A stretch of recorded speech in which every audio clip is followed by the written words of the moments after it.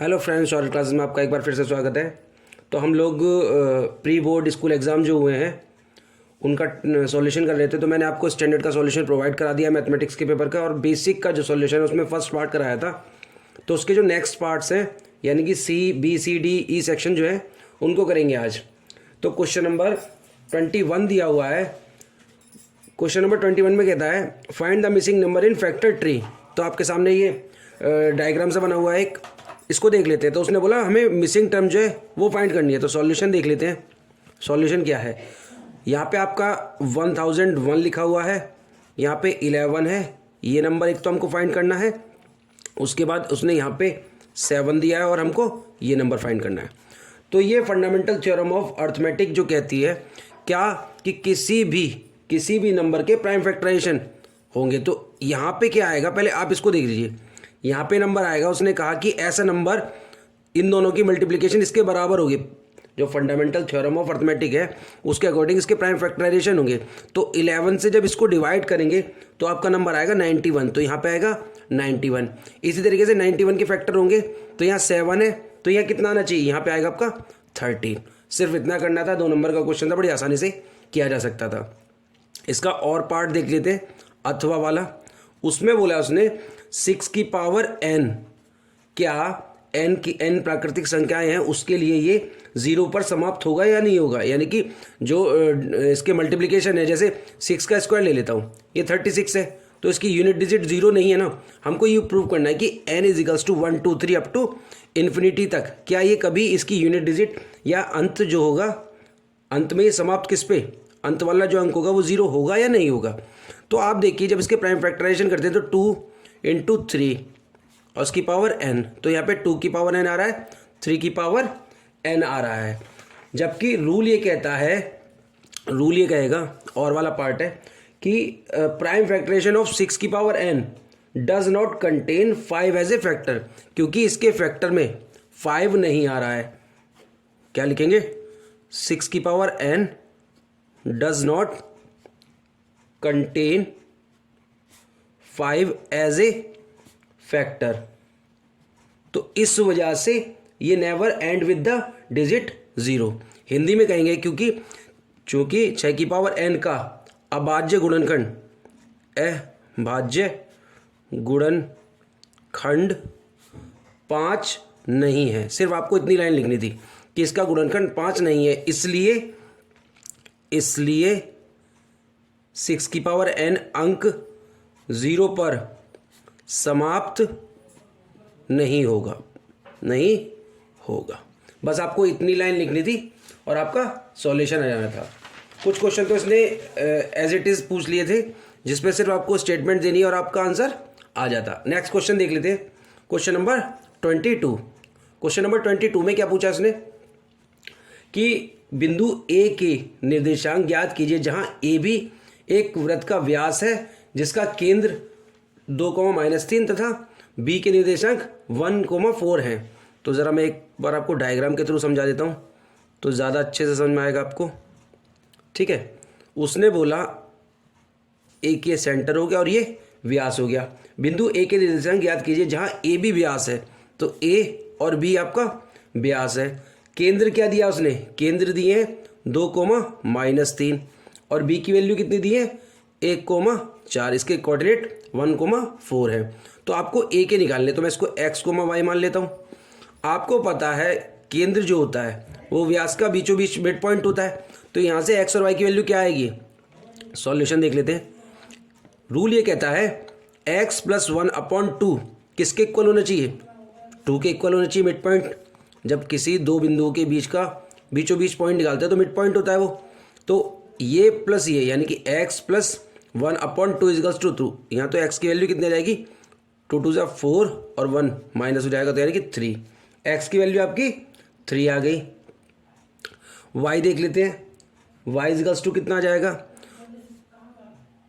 y आएगा आपका y + 4/2 = -3। इसको सॉल्व करेंगे तो y + 4 = -6। तो y की वैल्यू कितनी आ जाएगी, ये उधर जाएगा तो -10। तो x की वैल्यू तो आई आपकी 3 और y की वैल्यू -10। तो आपसे यही पूछा था उसने कि बिंदु ए के कोऑर्डिनेट क्या होंगे, तो क्या होंगे वो आपके x की वैल्यू आई 3 और y की वैल्यू -10। ठीक है, नेक्स्ट देख लेते हैं क्वेश्चन नंबर 23। एक छोटा सा प्रूफ पूछा था, सिर्फ आपको 3 लाइन लिखनी थी, इसमें आपको 2 नंबर मिल जाते। क्या है क्वेश्चन, उसने में डायग्राम दिया और पूछा है, एक बार मैं डायग्राम बना लेता हूँ आसानी रहेगी। ये कुछ डायग्राम दिया हुआ है आपके सामने, जिसमें ये एंगल उसने एंगल पी क्यू और आर, एंगल एस और टी, उसने बोला है ये एंगल और ये एंगल आपस में इक्वल है, यानी कि angle P is equals to angle RTS क्या दिए हैं, इक्वल गिवन है। ठीक है, आप एक बात बताइए, इन triangle PQR and triangle STR में angle R is equals to angle R common है या नहीं है भाई? अगर मैं बड़ा वाला ट्राइंगल ले लूँ तो भी ये आएगा R, और छोटा वाला ट्राइंगल लेता हूँ तो भी R, तो कॉमन है। तो आप एक बात बताइए, क्या ये दोनों ट्राइंगल सिमिलर हो गए या नहीं हो गए? यानी triangle PQR similar to triangle STR, किसकी वजह से? एंगल क्राइटेरिया की वजह से। एंगल क्योंकि 2 एंगल इक्वल हैं किसी ट्राइंगल में, तो वो दोनों ट्राइंगल आपस में सिमिलर होंगे, संगत होंगे। ठीक है, तो आपको इतना सा प्रूव करना था, 1 2 3 4 लाइन थी और आपको 2 मार्क्स मिल गए। सिर्फ यहाँ तक लिखना है और आपका आंसर आ गया। क्वेश्चन नंबर 24 पे आ जाते हैं। क्वेश्चन नंबर 24 क्या कहता है, संख्याएं 1 2 3 17 अंकित कार्डों को एक बॉक्स में डालकर अच्छी तरह मिलाया गया। बॉक्स में एक कार्ड निकाला, प्रायिकता ज्ञात करनी है। प्रोबेबिलिटी से बेस्ड क्वेश्चन है। 1 से लेके 1 2 3 4 5 6 7 8 9 10 11 12 13 14 15 16 और 17।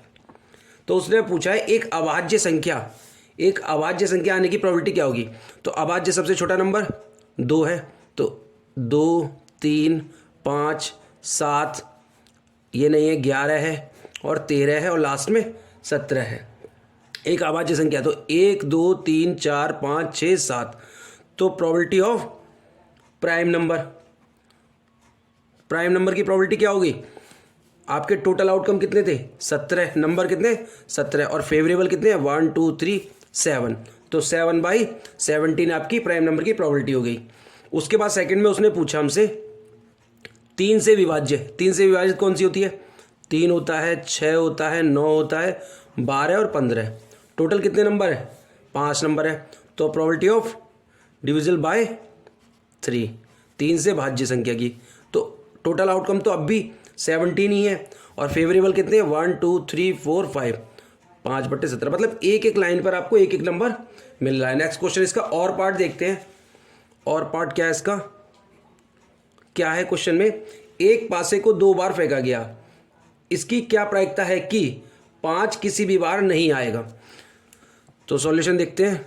जब भी आपके 2 पासे फेंके जाते हैं, मैंने अपने प्रोबेबिलिटी वाले टॉपिक पे मैंने वीडियो बनाया हुआ है जहाँ पे मैंने 2 पासों को लिया है, एक पासे का क्वेश्चन लिया है और डाइस उसके 2 कुछ सिक्के लिए हैं या 3 सिक्के लिए हैं, उन पे बेस मैंने क्वेश्चन करवाए हैं। तो वहाँ पे मैंने आपको बताया था जब भी 2 बार पासा, या तो 2 पासे एक बार फेंके जाए या एक पासा 2 बार फेंका जाए, तो टोटल आउटकम कितने होंगे? 36। ठीक है, अब उसने कहा 5 किसी भी बार नहीं आए। आपको पता है 5 आने की प्रोबेबिलिटी क्या होगी? प्रोबेबिलिटी ऑफ 5 में लिख लेता हूँ, यानी कि 5 आने की प्रोबेबिलिटी। आप एक बात बताइए, डाइस पर क्या क्या लिखा होता है? 1 2 3 4 5 और 6। ये नहीं आना है, बाकी कुछ भी आ जाए। तो 5/6 होगी या नहीं होगी?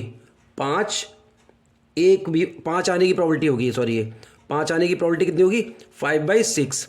तो उसने यही कहा है कि 5 किसी भी बार में नहीं आए। तो सॉरी यहाँ पे एक मिस्टेक हो गई। 5 ना आने की प्रोबेबिलिटी क्या है? 5 ना आने की प्रोबेबिलिटी है 5/6। तो वो उसने यही बोला है हमसे। तो यहाँ पे आपका प्रोबेबिलिटी क्या हो जाएगी? जब 2 बार फेंके जाएंगे इंटू 6 इंटू 5, दोनों बार हो जाएगी। तो यहाँ पे आंसर आएगा 25/36। क्या है पहला? 5 किसी भी बार नहीं आएगा। तो 5 ना आने की प्रोबेबिलिटी कितनी हो गई? 25/6, जब हमने 2 बार डाइस को फेंका है। सेकंड क्वेश्चन में बोलता है वो हमसे कि 5 कम से कम एक बार आएगा, ये थोड़ा डिफरेंट, 5 कम से कम एक बार आए, ज़्यादा से ज़्यादा कितनी बार आए, लेकिन एक बार आना ज़रूरी है। तो यहाँ पे प्रोबेबिलिटी क्या होगी, प्रोबेबिलिटी कम से कम, एट मोस्ट लिखा है, यानी कि कम से कम एक बार, एटलीस्ट कम से कम एक बार। तो इसके लिए प्रोबेबिलिटी क्या होगी, टोटल आउटकम तो 36 ही होंगे, कम से कम का मतलब एक बार, मतलब एक बार तो आएगा ही आएगा, तो एक ये हो गया, और मतलब 1 2 3 4 5, कम से कम एक बार आए, ज़्यादा से ज़्यादा कितनी बार भी आ जाए। तो यहाँ पे आपकी प्रोबेबिलिटी हो जाएगी 11/36। ठीक है, नेक्स्ट देख लेते हैं। नेक्स्ट क्वेश्चन दिया है क्वेश्चन नंबर 25। ये तो क्वेश्चन बहुत आसान बना दिया इन्होंने। क्या है क्वेश्चन, ताश के 5 पत्ते लिए, ईंट का दहला था, मैं नंबर लिख लेता हूँ। अगर सपोज दहला, जैक, क्वीन, किंग और एस, इक्का, ये 5 कार्ड्स थे हमारे पास। ठीक है, उसने बोला क्या प्रायिकता है कि यह पत्ता एक बेगम हो। तो प्रोबेबिलिटी ऑफ क्यून क्या हो जाएगी, टोटल आउटकम कितने हैं 5, और क्यून तो हमारे पास एक ही है, तो यानी कि 1/5। दूसरे क्वेश्चन में क्या पूछता है, दूसरे क्वेश्चन में पूछा है यदि बेगम निकल आती है, बेगम निकल आई तो हमारे पास कितने कार्ड बचे, 1 2 3 4। तो बेगम निकल आती है तो उसे अलग रख दिया जाए और एक पत्ता निकाला जाता है। इसकी प्रायिकता क्या है कि दूसरा निकाला गया पत्ता एक इक्का हो। तो प्रोबेबिलिटी ऑफ एस क्या हो जाएगी, इक्के की प्रोबेबिलिटी, यानी कि हमारे पास 4 कार्ड बचे हैं, उसमें से एक ही तो इक्का, तो 1/4 आपका राइट आंसर हो जाए। सेक्शन सी में क्या पूछा है उसने, क्वेश्चन नंबर 26 है।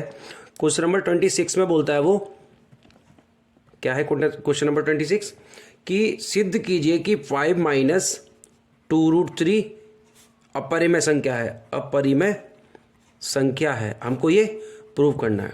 तो यहाँ पे क्या लेके चलेंगे, माना 5 - 2√3 एक परिमेय संख्या है, परिमेय संख्या है, तब आपको पता है कोई भी नंबर कब होगा परिमेय यानी कि रेशनल, जब वो P/Q की फॉर्म में लिखा जाए, where Q does not equal to 0। यही तो होता है। तो मान के चलते हैं ये एक परिमेय संख्या है, तो यानी कि 5 - 2√3 इजिकल्स टू P/Q की फॉर्म आ जाएगी।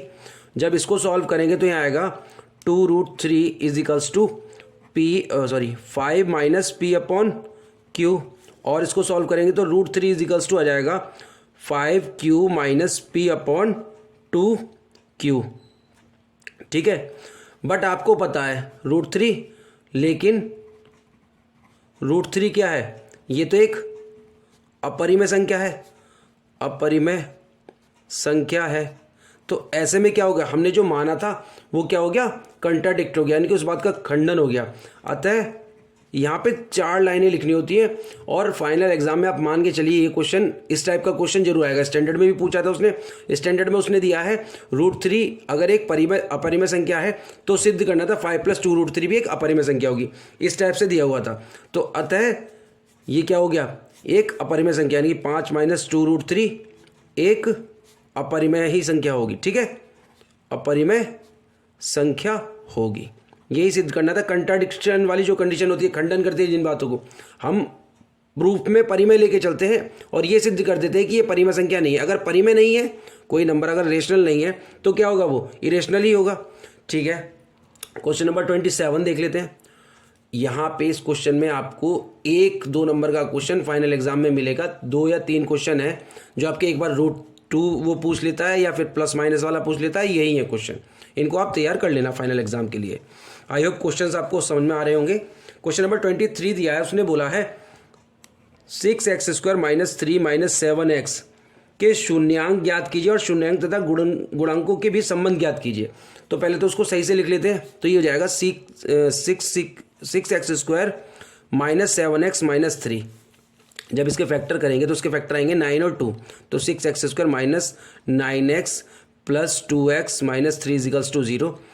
यहाँ से 3x कॉमन आ गया तो 2x - 3 + 1 कॉमन आ गया तो 2x - 3 equals to 0। 2x - 3 common आ गया तो यहाँ पे 3x + 1 इजिकल्स टू 0। तो यहाँ से x की वैल्यू आएगी आपकी, एक तो आएगी 3/2 और एक आएगी -1/3। तो एक तो आपके उसने गुणनखंड शून्यांकों की बात करी थी, तो शून्यांक तो आपके हो गए 3/2 और -1/3। अब उसने कहा कि शून्यांकों तथा गुणांकों के बीच संबंध, तो क्या होता है आपको पता है, शून्यांकों का योग क्या होता है, माइनस एक्स का गुणांक बटे एक्स स्क्वायर का गुणांक, यही तो होता है। तो x का गुणांक कितना है यहाँ पे 7, तो 7 माइनस का अपॉन एक्स स्क्वायर का 6, तो यहाँ से आपका आंसर आ गया 7/6। जरा आप देख लीजिए शून्यांक मेरे कितने आए थे 3/2 और माइनस इनको प्लस करना है, कितना हो जाएगा प्लस 1 माइनस का 1/3, तो यहाँ पे आएगा 3 2 6 एलसीएम जाएगा 3 3 9 - 2, यानी कि 7/6 आपका मैच कर गया। इसी तरीके से शून्यांकों का गुणनफल क्या होगा, शून्यकों का गुणनफल होता है बराबर कांस्टेंट टर्म होती है अपॉन एक्स स्क्वायर का गुणांक, तो कांस्टेंट टर्म कितनी है इसमें 3 है, तो माइनस का 3 अपॉन एक्स स्क्वायर का गुणांक कितना था 6, तो आपका -1/2 आ गया। आप चाहो तो इनकी मल्टीप्लिकेशन करके देख लो 3/2 इंटू माइनस का 1/3, तो 3 से 3 कैंसिल, तो माइनस का 1/2, तो यही रिलेशन उसने हमसे पूछा था। नेक्स्ट क्वेश्चन में क्या पूछा है, नेक्स्ट क्वेश्चन दिया है 28, क्वेश्चन नंबर 28 में दिया है सिद्ध कीजिए कि बिंदु 1, -1, 3, 1 और 7, 5 संरेखीय हैं, यानी कि ए, बी और सी, 3 बिंदु दिए उसने हमें और कहा है कि ये संरेखीय हैं, सिद्ध कीजिए। तो इसके कोऑर्डिनेट लिख लेता हूँ 1, -1, यहाँ पे दिया 3, 1 और यहाँ पे दिया है 7, 5। ये संरेखीय तब होंगे यदि A B plus B C बराबर ए सी प्रूव हो जाता है, तो ये संरेखीय होंगे। जरा देख लेते हैं ए बी की वैल्यू कितनी आएगी, बिंदुओं के बीच की दूरी का फॉर्मूला लगाएंगे तो 3 में से 1 जाएगा, तो 3 - 1 का स्क्वायर प्लस 1 - 1 का स्क्वायर, तो यह आ जाएगा √2 का स्क्वायर प्लस 2 का स्क्वायर और इसकी वैल्यू जाएगी 2√2। इसी तरीके से BC की वैल्यू निकाल लेते हैं, तो BC की क्या आएगी 7 - 3 का स्क्वायर प्लस 5 - 1 का स्क्वायर, तो यहाँ आ जाएगा √4 का स्क्वायर प्लस 4 का स्क्वायर, तो ये हो जाएगा 4√2। AC की वैल्यू निकालते हैं, तो अंडर में 7 - 1 का स्क्वायर प्लस 5 -1 का स्क्वायर, ठीक, तो यहाँ आ जाएगा √6 का स्क्वायर प्लस 6 का स्क्वायर, तो ये आ जाएगा 6√2। तो आप देखिए AB प्लस BC बराबर कितना है 2√2 प्लस 4√2 और किसके बराबर है 6√2, यानी कि बराबर AC। तो यानी कि ये तीनों बिंदु कैसे हैं, ये बिंदु संरेखीय हैं, ये आर कोलिनियर संरेखीय हो गए। ठीक, नेक्स्ट क्वेश्चन देखते हैं, क्वेश्चन नंबर 29। क्या बोला है उसने कहा 100 से छोटी उन सभी प्राकृतिक संख्याओं का योगफल ज्ञात कीजिए जो 7 से विभाज्य है, यानी कि जो 7 से कट जाती है, 100 से छोटी। तो आप बताइए 7 है, 14 है, 21 है और लास्ट में कितनी होगी 98। ये आपकी अर्थमेटिक प्रोग्रेशन हो गया। ए की वैल्यू कितनी होगी 7, डी की वैल्यू कितनी होगी 7 और एल की वैल्यू कितनी होगी 98।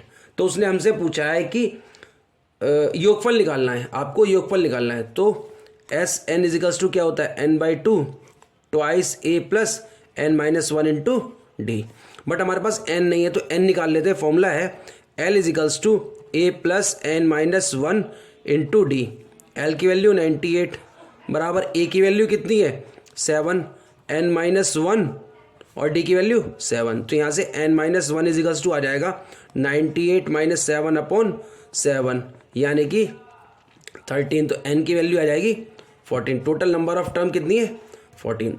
अब मैं आपको एक चीज़ बता दूं, यहाँ पे एक फॉर्मूला और बनता है। फॉर्मूला कुछ नहीं है n/2, ये a प्लस ए लिख सकता हूँ प्लस n-1 इंटू डी। और आपको पता है जब आपके पास लास्ट टर्म हो तो यहाँ पे फॉर्मूला हो जाता है Sn equals to n/2 a plus l. इसकी वैल्यू कितनी है l है, तो आप डायरेक्ट फॉर्मूला लगा दीजिए। S14 इजिकल्स टू कितना हो जाएगा 14/2, ए की वैल्यू आपकी 7 प्लस एल की वैल्यू 98। तो 14 को 2 से डिवाइड करेंगे तो 7 आएगा इंटू यहाँ पे कितना जाएगा 105 और सॉल्व करके 735 आपका, यानी कि जो एक 7 से डिविजिबल टर्म होंगे 100 से नीचे उन सब का सम कितना होगा 735 होगा। इसके बाद क्वेश्चन नंबर दिया है 30। क्वेश्चन नंबर 30 में एक आपको डायग्राम दिया गया है और उसने कहा है हमसे कि A B plus C D हमें प्रूव करना है। A B plus C D is equals to A D plus B C. ठीक है, मैं एक बार डायग्राम बना देता हूँ, उससे थोड़ी सी सहूलियत हो जाएगी। ठीक, ये हो गया, ये हो गया, ये और ये। ठीक है, अब उसने दिया है A P B D R C S और क्यू। ठीक है, अब हमें ये प्रूव करना है। तो देखो एक चीज़ ध्यान रखो, एक थ्योरम थी सर्कल वाले चैप्टर में, किसी बाह्य बिंदु से किसी वृत्त को स्पर्श करने वाली जो टेंजेंट जो होती है वो इक्वल होती है, यानी कि ये आपस में बराबर होती हैं, इनकी लंबाइयाँ बराबर होती हैं।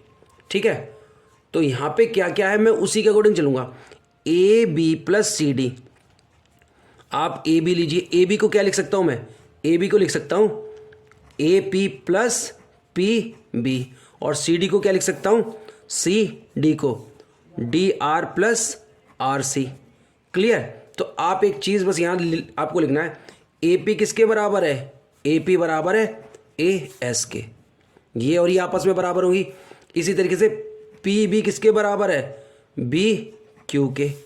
इसी तरीके से डी आर किसके बराबर है, एस डी के। और सिर्फ इक्वल वाली कंडीशन लिखनी थी, आपका आंसर आ जाता। और आर सी किसके बराबर है, आर सी बराबर है सी क्यू के। कुछ नहीं करना, समीकरण 1 2 3 और 4 इन सबको प्लस कर दो तो क्या आ जाएगा, A P plus P B plus D R plus R C, तो बराबर किसके होगा, A S plus B Q plus S D plus C Q. तो ये तो आ गया आपका A B plus D C. इसी तरीके से यहाँ पे ऐसे ऐसे, तो ये इन दोनों को ऐड करोगे और इनको ऐड करोगे, ध्यान से देखो, तो ये आपका ए डी बन जाएगा और ये बी सी बन जाएगा। हैंस प्रूव्ड, यही हमको प्रूव करना था। ठीक है, इति सिद्धम वाला सिद्धांत है। इसके बाद इसका और पार्ट क्या है, और या अथवा वाला उसने पूछा है, ये थ्योरम है, इस पे बेस क्वेश्चन आया था स्टैंडर्ड में, जो ये और पार्ट में। सिद्ध कीजिए कि किसी वृत्त के परिगत बने चतुर्भुज को आमने सामने की भुजाएं केंद्र पर संपूरक कोण अंतरित करती हैं। यानी कि ये आमने सामने की जो भुजाएं हैं, अगर मैं इसको मिलाता हूँ, ये कुछ इस तरीके से बना लो, हमें प्रूव करना है कि ये कोण और ये कोण इनका योग 180 है। कैसे है ये, संपूरक है। तो ज़रा नाम ले लेते हैं इनका कोणों का। यहाँ पे मैं इसको 1 लिख देता हूँ, इसको 2, इसको 3, इसको 4, 5, 6 और 7 और 8 इक्वल पार्ट्स में मैंने इनको डिवाइड कर लिया।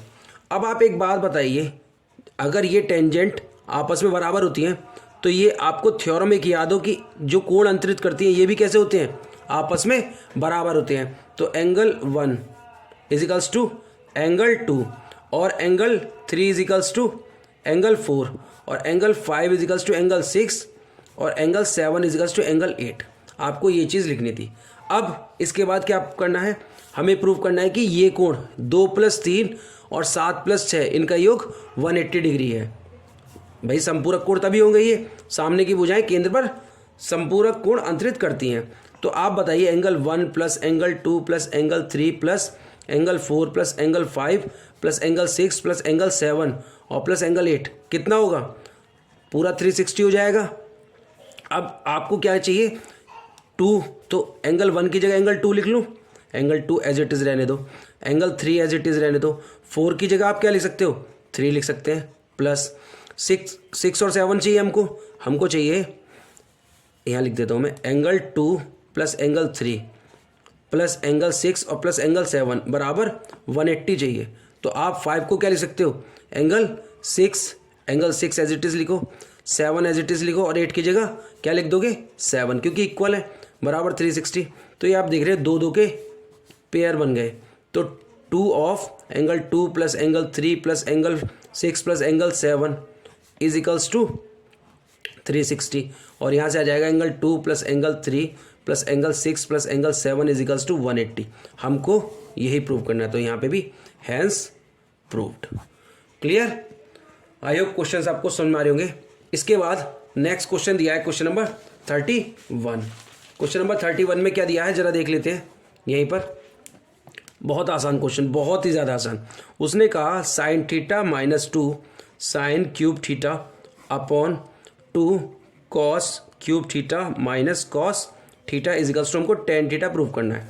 तो आप बताइए, मैं LHS में साइन थीटा कॉमन ले लेता हूँ तो बचेगा 1 - 2 साइन स्क्वायर थीटा, और इसी तरीके से नीचे से कॉमन लेता हूँ कॉस थीटा, तो यहाँ बचेगा 2 कॉस स्क्वायर थीटा -1। अब ये तो हो गया sine theta upon cos theta tan theta. यहाँ पे आप कीजिए 1 - 2 साइन स्क्वायर थीटा को लिख लो 1 - कॉस स्क्वायर थीटा अपॉन ये आ जाएगा 2 कॉस स्क्वायर थीटा -1। तो यहाँ से टेन थीटा और ये आ जाएगा 1 - 2 minus plus cos square theta upon 2 cos square theta -1। Tan theta ये आ जाएगा 2 में से 1 जाएगा तो 1, तो ये हो गया कॉस स्क्वायर, यहाँ पे 2 भी है, 2 cos square theta -1 upon 2 cos square theta -1। इससे ये कैंसिल, हमको टेन थीटा ही प्रूव करना था, यानी कि बराबर RHS। LHS लेके चले थे, RHS आ गया, यही प्रूफ हमसे मांगा था।